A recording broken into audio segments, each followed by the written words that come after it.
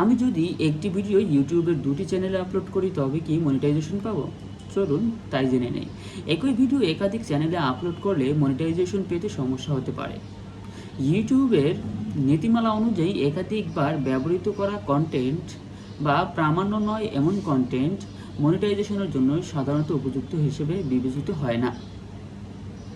যদি আপনি একই ভিডিও কোনো উল্লেখযোগ্য পরিবর্তন বা নিজস্ব ধারাভাষ্য যোগ না করে আপনার দুটি চ্যানেলে আপলোড করেন, তবে এটি পুনর্ব্যবহৃত বা ডুপ্লিকেট কন্টেন্ট হিসেবে ধরা পড়ার সম্ভাবনা থাকে।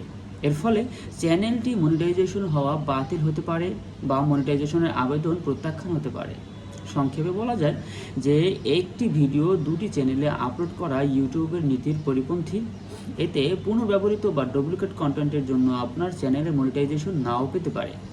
যদি আপনি একই ধরনের কন্টেন্ট একাধিক চ্যানেলে ব্যবহার করতে চান, তবে আপনার প্রতিটি ভিডিওতে যথেষ্ট পরিমাণে নতুনত্ব, ধারাভাষ্য বা সৃজনশীলতা সম্পাদন করা যোগ করতে হবে, যাতে তা আপনার চ্যানেলের জন্য মৌলিক বা প্রামাণ্য কন্টেন্ট হিসেবে বিবেচিত হয়।